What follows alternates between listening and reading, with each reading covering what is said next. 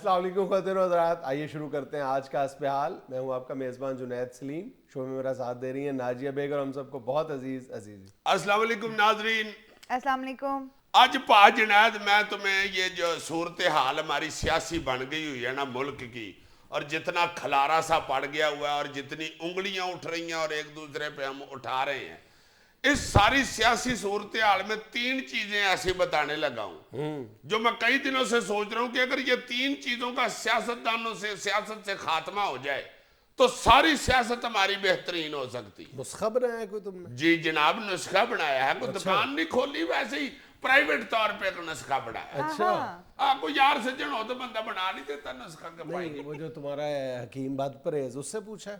حکیم بد پرہیز صاحب میڈیکل کے حکیم ہے، وہ سیاست کے حکیم نہیں ہے۔ ان کے ساتھ سیاسی بات کرے تو وہ چلنی اٹھا کے زور سے گوڈے پہ مار دے۔ انہوں نے تو اپنی دکان میں لکھ کے لگایا ہوا ہے سیاسی گفتگو اور دوائی کی قیمت پر بحث کرنا منع۔ اچھا، تو فارمولہ کیا بنایا تم نے؟ سیاست کو صاف کرنے کا فارمولہ یہ ہے کہ 3 چیزوں کا سب سے پہلے خاتمہ کیا جائے۔ ناٹ الاؤڈ، چلو دوڑو۔ کون کون سی 3 چیزیں؟ پہلی بات، سیاست سے کرپشن ختم کی۔ کتنا آسان کام بتایا۔ ایک تو سیاست سے کرپشن ختم ہو جائے، اگر یہ اتنا آسان کام ہوتا، ایک بٹن دبانے سے یہ کام ہو سکتا تو آج تک ہو نہ چکا ہوتا۔ بھائی جی ہو سکتا ہے، یرا کو تم ہمیں کو 20 سال پیچھے چلے جاؤ، اس طرح شورو ہوگا نہیں تھا کرپشن کا۔ صحیح۔ کوئی اکا دکا کیس نظر آتا ہوگا، مگر جو جس طرح اب باقاعدہ کرپشن کی منڈی کھول گئی ہوئی ہے، ایسا نہیں تھا میرے دوست۔ ایسا نہیں۔ اس لیے اگر تھوڑا عرصہ پہلے ایسا تھا تو یہ چند سالوں میں کیوں ایسے ہو گیا؟ اس کو ابھی پکڑا جا سکتا ہے۔ بالکل۔ اچھا، عزیزی فارمولہ کا دوسرا نقطہ کیا ہے؟ دوسرا نقطہ ہے یہ نمود و نمائش کا خاتمہ۔ سادہ طرز زندگی۔ سادہ طرز زندگی اپنایا جائے۔ یہ بھی ہو سکتا ہے، یہ بھی آپ 15-20 سال پہلے چلے جائیں اگر تو آپ کو اس طرح نظر نہیں تھا آتا۔ وزیر اعظم صدر وزیر اعلیٰ تو چلو پروٹوکول میں پھرتے تھے، اور یار اب تو جو الیکشن نہیں جتا ہوا وہ بھی 3-4 گڈیاں اپنے ساتھ لے کے پھرتا ہے، 5-6 بندوقوں والے اس کے ساتھ بھی ہوتے ہیں۔ ایسا ہی ہے۔ میں نے تو 2-3 دفعہ روک کے بھی پوچھا کہ بھائی جی بندوق کے ساتھ بھائی صاحب کو خارج کرتے ہیں، اس لیے بندوقیں لے کے پھر رہے ہیں، بیچارہ ہارے یا گھوڑا ہے، اس کو کسی نے کیا کہنا۔ تیسری جو جناب بہترین دوائی ہے سیاست کے خاتمے کے لیے، سیاست کے خاتمے کے لیے نہیں یار، سیاست میں کرپشن کے خاتمے کے لیے۔ آئی ایم سوری کیم بات پر ہی کا شکر دوڑا، میں بھی بس اسی طرح بول جاتا ہوں۔ تیسری چیز ہے حیور والا اقربا پروری۔ یہ جو خاندانوں کو سنوارنے اور بڑھانے میں لگ پڑے ہوئے نا سیاستدان، نسلوں کی نسلیں سنوارنے کے لیے، اس کا خاتمہ ہونا چاہیے۔ یہ بھی اگر تم 15-20 سال پہلے دیکھو تو کوئی اکا دکا کیس نظر آتا تھا، ورنہ بالکل ایسا نہیں۔ اچھا، یہ جو تم نے اپنے نسخے میں 3 دوائیاں تجویز کی ہیں نا، تم ذرا غور کرو تو ان میں سے کوئی ایک علاج بھی کر لیا جائے نا تو باقی 2 باتیں خود بخود آ جاتی ہیں۔ اگر انسان سادہ طرز زندگی اپنا لے، ہمارے یہ جتنے بھی سیاستدان ہیں آج ان کے تم لاؤ لشکر دیکھ لو نا، ان کے ڈیرے چلتے ہیں۔ بالکل۔ جو جتنے بھی سیاستدان ہیں وہاں پر روزانہ ہزاروں کی تعداد میں لوگ آتے جاتے ہیں، پورے شہر آباد کیے ہوئے لوگوں نے، ان کے پروٹوکول، ان کے اخراجات، اب وہ پورے کرنے کے لیے ظاہر ہے انہیں کرپشن کرنی پڑتی ہے۔ اور اگر یہ جو تمہارا پہلا نقطہ ہے، اور پھر اسی کو آگے بڑھانے کے لیے جب اتنی اپنی یہ سلطنت پھیلا لیتے ہیں، امپائر بنا لیتے ہیں، پھر ان میں اتنا ہمت اور حوصلہ نہیں ہوتا کہ یہ کسی دوسرے کے سپرد اپنی چلتی ہوئی دکان کر دیں، پھر یہ اقربا پروری کرتے ہیں، یعنی سیاست میں اپنے بھتیجوں کو، بیٹوں کو، بھانجوں کو، بیویوں کو لے کے آتے ہیں۔ یہی ہوتا ہے نا۔ اور اگر ان میں سے کسی ایک پر بھی قابو پا لیا جائے تو باقی 2 برائیاں خود بخود کم ہو جاتی ہیں۔ واہ واہ واہ واہ یار، جیسا تمہارا نسخہ ہوتا ہے یار، تم حکیم کی دکان کیوں نہیں کھولتے؟ اور تم نے یہ بھی بالکل درست کہا ہے کہ چند سال پہلے تک، اور میرا خیال ہے کہ اگر تم ذرا ڈیپلی اینالائز کرو نا تو یہ بیماریاں تینوں کب ہماری سیاست میں آئی؟ یہ چند سال پہلے 1988 کے بعد۔ اگر بہت پریسائز تم ڈیٹ کا تعین کرو تو 1988 کے بعد یہ لانتیں ہماری سیاست میں داخل ہوئی ہیں۔ اس سے پہلے پاکستان کی سیاست کے بارے میں بہت ساری بات کی جا سکتی ہے، مطلب کئی پہلو اس کے بڑے مطلب شرمناک حد تک جو خراب ہیں ہماری سیاست کے پہلو، اس پر بات کی جا سکتی ہے۔ بہت ساری کمزوریاں تھیں، کجیاں تھیں، کوتاہیاں تھیں، اور کئی تو ایسی یعنی کمیاں تھیں جن کی اس وقت کی بوئی ہوئی جو فصلیں ہیں وہ ہم آج کاٹ رہے ہیں۔ ورنہ قیام پاکستان سے لے کر 1988 تک دیگر خرابیاں تو موجود تھیں لیکن سادہ طرز زندگی تھا سیاستدانوں کا. یہ بڑی خوبصورت باتیں تھیں اور تینوں اس وقت کی سیاست میں پائی جاتی تھیں. بالکل. ابھی چند روز پہلے میں یہ ان کی ایک کتاب کا ایک اقتباس دیکھ رہا تھا. رویداد خان جو پاکستان کے بہت عرصے تک پاکستان کی بیوروکریسی کے بے تاج بادشاہ رہے ہیں, انہوں نے اپنی کتاب میں لکھا ہے کہ میں نے ایک بار ایوب خان نے ایک پلاٹ اپنے کسی دور دراز کے عزیز کے لیے ایک پلاٹ ریکمینڈ کر کے میری منظوری کے مجھے منظوری کے لیے بھیجا, تو میں نے اس پر اعتراض لگا دیا کہ جی قانون اس بات کی اجازت نہیں دیتا کہ آپ اپنے کسی عزیز کو یہ پلاٹ اس کے حوالے کریں. تو انہوں نے کہا کہ جب میں نے فائل دوبارہ ایوب خان کے سامنے رکھی تو ان کے ماتھے پر ایک شکن بھی نہیں آئی. انہوں نے بڑی یعنی خوش دلی کے ساتھ میرا وہ فیصلہ قبول کر لیا اور مجھ سے انہوں نے وجہ بھی نہیں پوچھی میری آبجیکشن کی, انہوں نے فائل اٹھا کے سائڈ پہ رکھ دی. واہ واہ واہ واہ. اب یہ رویداد خان صاحب کس طبیعت کے یا کس مزاج کے آدمی تھے یا کس کریکٹر کے, یہ میں اتنا تفصیل سے تو نہیں جانتا, تم تو بزرگ آدمی جانتے ہو, مگر یہ مجھے پتا ہے کہ اس وقت جو لوگ تھے نا جی اس طرح کے جو منع کرتے تھے, ان میں وہ لوگ بھی شامل تھے جو ہلکی پھلکی کرپشن خود کر لیتے تھے مگر دوسرے کو یہ احساس بھی دلاتے تھے کہ بھائی میں کرپٹ نہیں ہوں, اس کو ضرور روکتے تھے. بالکل. اب تو کہتی ہیں جی کہ مینو بھی کھان دیا تھے, آپ بھی کھاؤ جناب. ہلکی پھلکی کرپشن سے تو ہماری سیاست خیر کبھی بھی پاک نہیں رہی, مکمل طور پر تو کبھی بھی پاک نہیں رہی, لیکن قیام پاکستان سے لے کر 1988 تک تم ذرا غور کرو, یہ جو کرپشن تھی یہ ہمارے کسی بھی سیاستدان کا کل وقتی پیشہ نہیں ہوتی تھی کبھی بھی. مطلب چھوٹے موٹے کرپشن کے واقعات تو کم و بیش ہر دوسرے تیسرے سیاستدان کے ساتھ لگے ہوئے تھے. مطلب یہ تو باتیں بہت مشہور ہیں کہ ہمارے سربراہ مملکت ایسے بھی گزرے ہیں جو ریٹائرمنٹ کے بعد بیرون ملک کسی ہوٹل میں برتن دھوتے رہے تھے اور جب وہ فوت ہو گئے تو ان کی میت پاکستان واپس لانے کے لیے پیسے جمع کرنے پڑے تھے. ایسے لوگ بھی ہماری سیاست کے حصہ تھے ان کی, لیکن وہی سیاستدان ہیں جن کی سیاست کے دیگر بہت سے پہلوؤں سے اختلاف کیا جا سکتا. اور یار یہ ملک مراج خالد صاحب دیکھو تم, اللہ بخشے ان کو, کیسی سادہ طبیعت تھی ان کی. قومی اسمبلی کے سپیکر رہے ہیں, وزیر اعلیٰ رہے ہیں صوبے کے, پھر یہ اس کے بعد 88 کے بعد ہی نگران وزیر اعظم بھی بنے ہیں, مگر اس وقت تک بھی بالکل سادہ طبیعت. میں نے تمہیں پہلے بھی بتایا تھا, میں نے یہ الحمرہ حال میں اس کا تقریب تھی, میں نے ان کو وہاں پہ رکشے پہ آتے ہوئے بھی دیکھا ہوا, فٹ پاتھ پہ پیدل جاتے ہوئے بھی میں نے دیکھا ہوا ہے. بلکہ ایک اخبار کے دفتر میں فوٹوگرافرز کا جو آفس ہوتا ہے اس میں ایک تصویر لگی ہوئی تھی, یار کمال تصویری تھی وہ. یہ نواز شریف صاحب اے وزیر اعظم اس تصویر میں گزر رہے ہیں, رستہ رکا ہوا ہے اور فٹ پاتھ کے اوپر ملک مراج خالد صاحب کھڑے ہیں. زبردست شاندار آدمی تھا یار, اور اسی طرح کے شاندار آدمی ہمارے پاس بے شمار تھے. یہ بالکل ہمارے سفر کی ابتدائی دنوں کی بات ہے نا, جب یہ جو کراچی کا میٹروپول ہوٹل تھا اس کے بالکل سامنے جو کوٹھی تھی اس کو اسٹیٹ گیسٹ ہاؤس کا درجہ دیا تھا شروع میں, اور پھر قائد اعظم نے اسی کو پرائم منسٹر ہاؤس بنا کر نوابزادہ لیاقت علی خان جو پہلے وزیر اعظم تھے وہ اس گھر میں ٹھہرے تھے. تو بالکل پہلے سال کی بات ہے, جب تیز بارش ہوئی تو پورے گھر کی جو چھتیں تھیں وہ ٹپکنا شروع ہو گئیں. تو اس عالم میں بیگم رانا لیاقت علی خان نے انیکسی میں جا کر ملازموں کو آوازیں دینا شروع کر دی. تو نوابزادہ لیاقت علی خان نے کہا کہ اس وقت جو ملازمین ہیں وہ اپنے اپنے جو کوارٹرز ہیں ان کی چھتوں کی دیکھ بھال کر رہے ہیں, چھوڑو ادھر آؤ اور خود اپنے ہاتھوں سے صوفے اٹھا کر ایک سائڈ پہ کرو اور ان خیمہ بستیوں میں جو اس وقت مہاجرین آباد ہیں ان کا بھی ذہن میں لاؤ کہ وہ بیچارے اس وقت کس حال میں ہوں گے. اس طرح کی سادہ طبیعت آج بھی کر لیں اگر سیاستدان تو تم ٹھیک کہہ رہے ہو, کرپشن بھی خود ہی ختم ہو جائے اور اقربا پروری بھی ختم ہو جائے. بالکل. ناظرین یہاں میں لینی ایک چھوٹی سی کمرشل بریک, ہمارے ساتھ رہیے گا.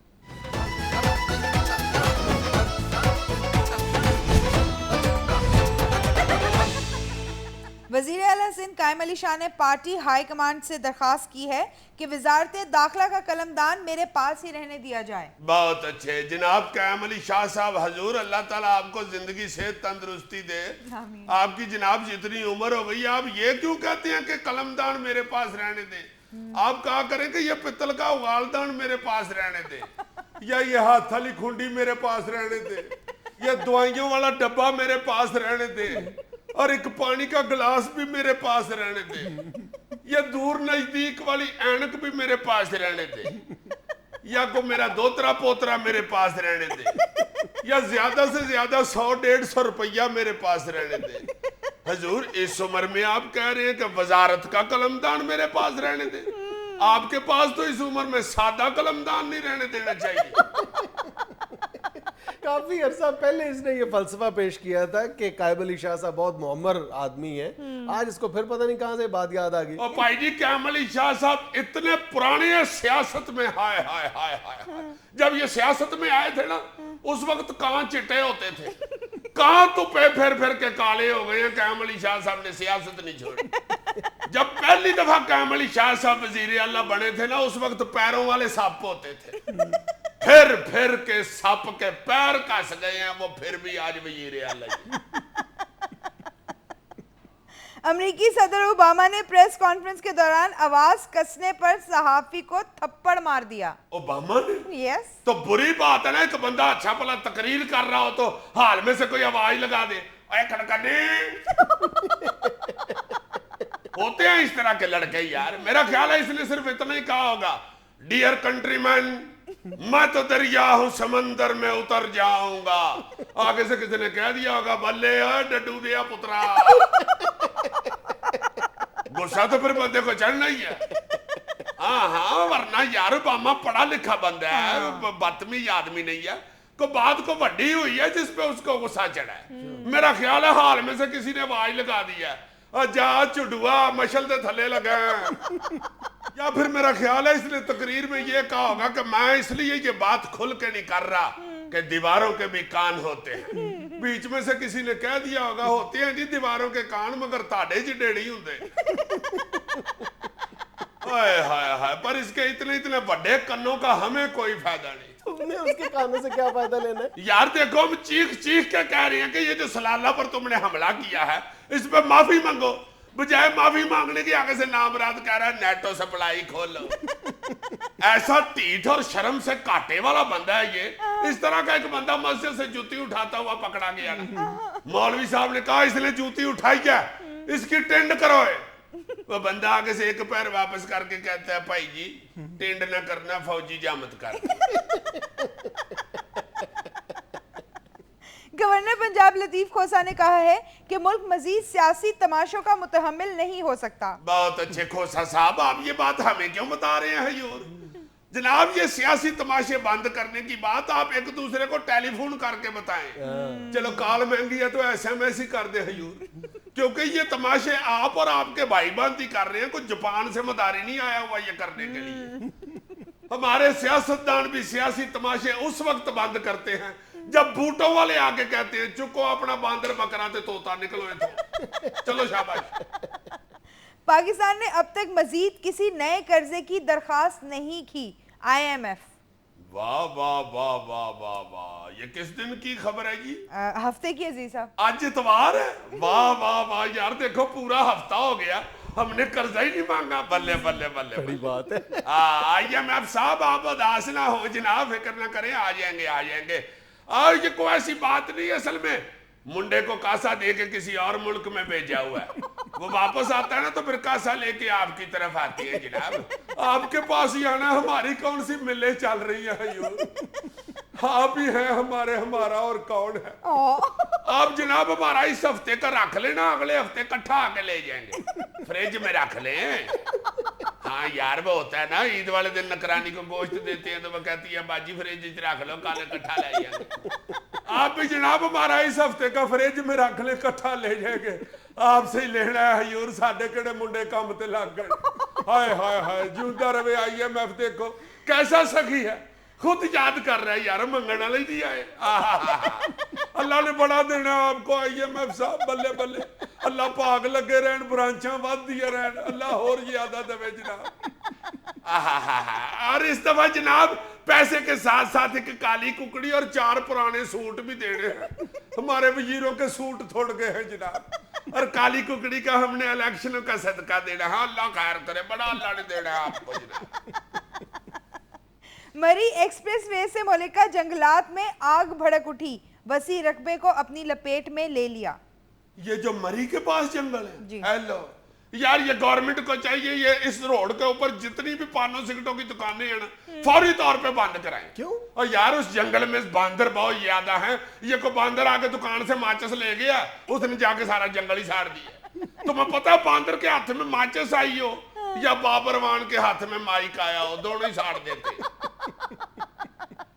عزیز صاحب یہ آگ بندروں نے نہیں لگائی. باندروں نے لگائی ہے. باندر تمہارے واقف ہیں یا میرے؟ تم کبھی گئی ہے ادھر مری کی طرف؟ اتنا باندر ہے ادھر, اللہ معاف کرے, ایک ایک درخت پہ 150 باندر لگا ہوا ہے.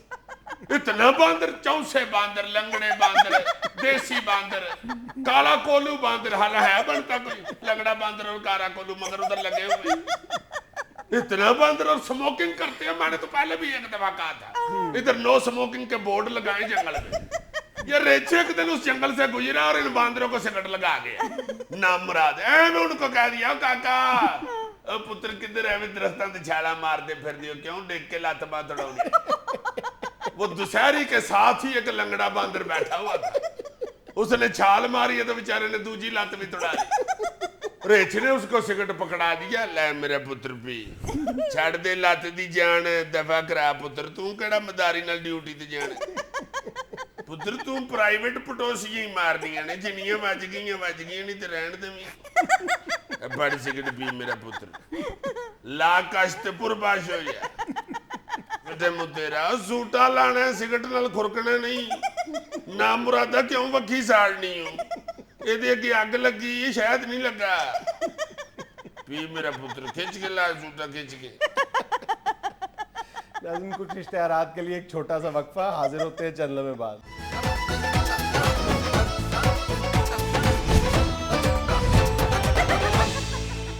یار پا جنید, یہ 2 دن پہلے یہ بلڈ ڈونرز کا ڈے تھا, پوری دنیا پہ منایا گیا ہے.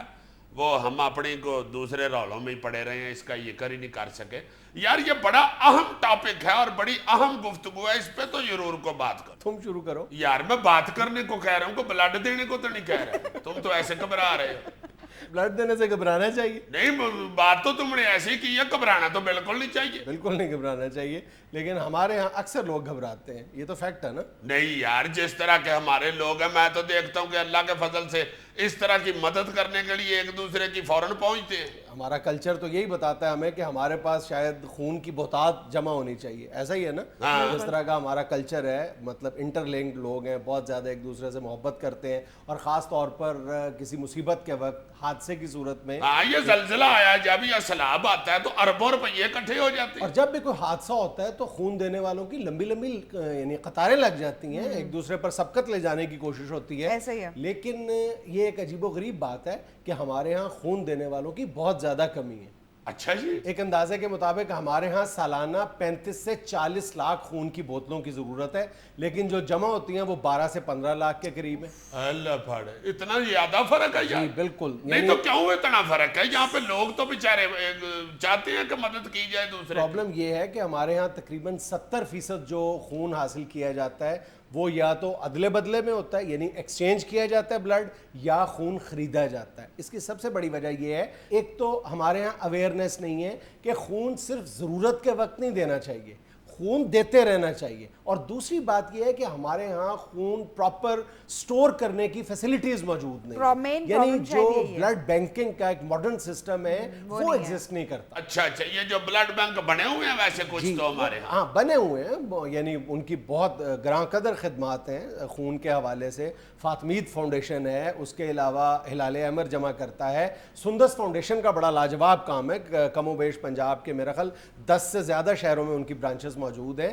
پرابلم یہ ہے کہ لوگوں کو اویئر کرنے کی ضرورت ہے کہ صرف حادثے کے وقت خون نہ دیا جائے, صرف اپنے دوستوں کو خون نہ دیا جائے. ویسے یہ جو سندس فاؤنڈیشن والے ہیں, انہوں نے تو پنجاب گروپ آف کالجز کے ساتھ مل کے بڑا خون اکٹھا کیا, کرتے رہتے ہیں یہ اس طرح کے. یہی ہے نا کہ اگر ایسی اور بہت سی تنظیموں کی ضرورت ہے ہمیں, جو یعنی خون ہر وقت, جن کے پاس خون کا ذخیرہ موجود ہو اور ضرورت کے وقت وہ فوری طور پر فراہم کر سکے. یہ ہمارے یہاں ٹرینڈ نہیں ہے, اس ٹرینڈ کو ڈیولپ کرنے کی ضرورت ہے. جیسے یہ سندس فاؤنڈیشن کے چیئرمین منو بھائی صاحب, اب وہ بزرگ آدمی بیچارے جاتے رہتے ہیں ان تقریبات میں, مجھے بھی کئی دفعہ جانے کا اتفاق ہوا ہے. وہ جا کے بیچارے ادھر اویئرنیس دیتے ہیں لوگوں کو, بتاتے ہیں کہ بلڈ دینا کتنی اچھی بات ہے. بزرگ آدمی ہے وہ, اب اس عمر میں وہ اویئرنیس ہی دے سکتے ہیں, بلڈ تو نہیں دے سکتے. اللہ تعالیٰ انہیں زندگی صحت تندرستی دے. وہ پچھلے دنوں بیچارے خود بھی بیمار رہے ہیں, اور اللہ کا شکر ہے اب صحت مند ہیں. آئی لو یو منو بھائی. دیکھو نا تم یار کس عمر میں وہ بہت قابل احترام نام ہے ہماری صحافت کے لیے, ہمارے ادب کے لیے. ہاں جی, ہمارے ڈراموں کے لیے جی, بہت بڑا سپر ہٹ ڈرامہ انہوں نے لکھا ہوا ہے. اچھا عزیز صاحب, آپ کو پتا ہے جب میں چھوٹی سی تھی نا, تم یہ کہا کرو کہ جب میں تھوڑی سی تھی, چھوٹی سی تو اب بھی ہو, اب کون سی دادی بن گئی ہو. میں جب چھوٹی سی تھی نا تو اس وقت. اچھا بات تو سن لیں, ہم نے اپنے بڑوں سے یہ سنا ہے کہ ہر 3 مہینے کے بعد ایک خون کی بوتل ضرور دے دینی چاہیے. تم 3 ماہ کی بات کر رہی ہو, اگر 18 سال کی عمر کے بعد ایک نارمل شخص ہر سال یعنی سال میں ایک بار خون کا عطیہ دیتا ہے تو 60 سال کی عمر تک پہنچتے ہوئے وہ کم و بیش 30 گیلن خون دے کر 500 انسانوں کی جانیں بچا سکتا ہے. اور میرا خیال ہے لوگ خون دینا بھی چاہتے ہیں, ان کو یاد نہیں رہتا, کوئی ایسی کوئی اپنا ترتیب نہیں بڑی ہوئی کہ بندہ ہر سال جا کے خون دے. اس ترتیب کے لیے ایک بہترین آئیڈیا ہے کہ ہر کوئی اپنی برتھ ڈے یاد رکھ سکتا ہے, تو اپنی برتھ ڈے والے دن ایک بوتل خون کی عطیہ کر دے. واہ جی واہ, اللہ لوگ یہ تو تم نے کمال آئیڈیا بتایا ہے. واقعی ہر بندہ اگر اپنی سالگرہ پہ انسانیت کو ایک بوتل خون گفٹ کر دے تو اس سے بڑی اور کیا ترتیب ہو سکتی ہے. بالکل. مگر یار جو 60 کے قریب پہنچنے والے ہیں وہ ان کو پچھلی بوتلیں بھی دینا پڑے گی. ہنسنا یار, میں تمہاری بات ہی پوچھ رہا ہوں. مرضی ہے, جتنی مرضی دے دو, نیکی کا کام ہے. چلو پھر ٹھیک ہے, میں انشاءاللہ 18 کا ہوتے ہی یہ کام شروع کر دوں. میں نے سنا کہ کچھ دنوں میں ہی یہ جتنا بلڈ نکلتا ہے وہ آٹومیٹک پورا ہو جاتا ہے. ایگزیکٹلی ایک اندازے کے مطابق ایک اوسط انسانی جسم میں 4.5 سے 5 لیٹر خون موجود ہوتا ہے, اور جو خون عطیہ لیا جاتا ہے وہ زیادہ سے زیادہ ½ لیٹر خون لیا جاتا ہے. اور اگر کسی شخص کا جو وزن ہے وہ 50 kg سے زیادہ ہے تو اس کا مطلب ہے کہ وہ آسانی کے ساتھ ہر 3 مہینے کے بعد ریگولر بیسس پہ خون دے سکتا ہے. مطلب اس بات میں کوئی شک نہیں ہے کہ اگر یہ سسٹم ہمارے ہاں بن جائے تو ہم سے زیادہ بلڈ ڈونیشن کے معاملے میں ہم سے یعنی کوئی دوسری قوم سبقت نہیں لے جا سکتی. ہاں, اور اس میں کوئی اتنا کوئی زیادہ لمبا چوڑا خرچہ بھی نہیں ہے یہ بلڈ بینک بنانے میں. مجھے یہ سندس فاؤنڈیشن والے یاسین صاحب نے بتایا کہ بھائی جی اس کے لیے وہ جو بوتل ہوتی ہیں جو جس میں خون رکھتے ہیں, یا جو سٹور ہوتا ہے وہ فریجیں وغیرہ یا فریزر کہہ لو جہاں پہ وہ رکھتے ہیں, یہ کوئی زیادہ لمبی چوڑی بات نہیں ہے. ہمیں 2-3 بندے بھی اگر ایک بلڈ بینک کی طرف دھیان دیں جو صاحب حیثیت اور صاحب مال لوگ ہیں تو یہ بڑی آسانی کے ساتھ اسے چلا سکتے ہیں. ہمیں لوگوں کو یہ اویئرنیس دینے کی بھی ضرورت ہے کہ کئی ہمارے ہاں مطلب ہزاروں لاکھوں کی تعداد میں ایسے بچے اور مریض موجود ہیں جن کو ریگولر بیسس پر خون کی ضرورت پڑتی ہے. ہاں, یہ جو تھیلیسیمیا ایک بیماری ہے بچوں میں, اسی کی وجہ سے یہ جو سندس ہے, یہ سندس ایک بچی کا نام تھا, اس بیچاری کو یہ بیماری تھی, اور یہ یاسین وغیرہ جو ہیں ان ساروں دوستوں نے مل کے وہ شروع کر لیا اس بچی کی پرابلم کو, اس کی تکلیف کو دیکھتے ہوئے. اب یہ تھیلیسیمیا کے جو مریض ہیں تمہیں پتہ ہے 1000 ہر 1000 بچے میں سے ایک بچہ تھیلیسیمیا کا مریض ہوتا ہے, اور سال میں 5000 بچہ ادھر ہمارے ملک میں ایسا پیدا ہوتا ہے جسے یہ بیماری ہوتی ہے. اور ٹوٹل میرا خیال ہے وہ یاسین بتا رہا تھا کہ کوئی 90 لاکھ ایسا مریض ہے یہاں پہ بچے اور مرد حضرات, خواتین حضرات, جن میں یہ تھیلیسیمیا کی بیماری پائی جاتی ہے. اب ان بیچاروں کو زندگی گزارنے کے لیے خون کی ضرورت ہے, اور اگر سارے مل کے جس طرح تم کہہ رہے ہو کہ سال میں اگر بندہ ایک بوتل بھی دے, ایک بندہ 18 سال سے اوپر والی ایج کا, تو ان بیچاروں کی زندگی بڑی آسان ہو سکتی. بلکہ میں کہتا ہوں کہ زندگی ان کی بچ سکتی ہے, 90 لاکھ لوگوں کی. اب ذرا یہ فکرہ تو دیکھو نا یار کہ اگر آپ کی چھوٹی سی کوشش کے ساتھ ایک انسان کی زندگی بچ جائے تو یہ کتنا بڑا صدقہ جاری ہے. بے شک. اچھا جی صاحب, لوگ خون دینے سے خوف بہت زیادہ کھاتے ہیں. تمہاری بات ٹھیک ہے, ایسے لوگ جو بڑا خوف کھاتے ہیں. ایک اس طرح کا بندہ دینے چلا گیا نا خون, کس طرح کا؟ تمہاری طرح کا باؤ ٹیپ آدمی. یہ باؤ ٹیپ زیادہ ان کاموں سے میں تو خون دیتا ہوں. جھٹکے بندے تو جا کے کہتے ہیں کاٹ لے جو ہے ہی کاٹ لے. اور تمہاری طرح کے کہہ رہے ہوتے ہیں دیکھیے کہ ذرا نیڈل ٹھیک ہونی چاہیے, نہیں ہے نا پرانی نہ لگا دینا, یہاں آپ کے یہاں یہ بہت زیادہ وائلیشن پائی جاتی ہے. تمہاری طرح کا بندہ ہے کہ بلڈ دینے چلا گیا نا, ڈاکٹر نے جب سوئی نکالی نا تو وہ دیکھ کے بھی ہوش ہو گیا. تھوڑی دیر بعد جب اسے ہوش آیا تو اٹھ کے روڑا ڈال دیا, ڈاکٹر کا کہتا کڈو اور کڈو اور کڈو.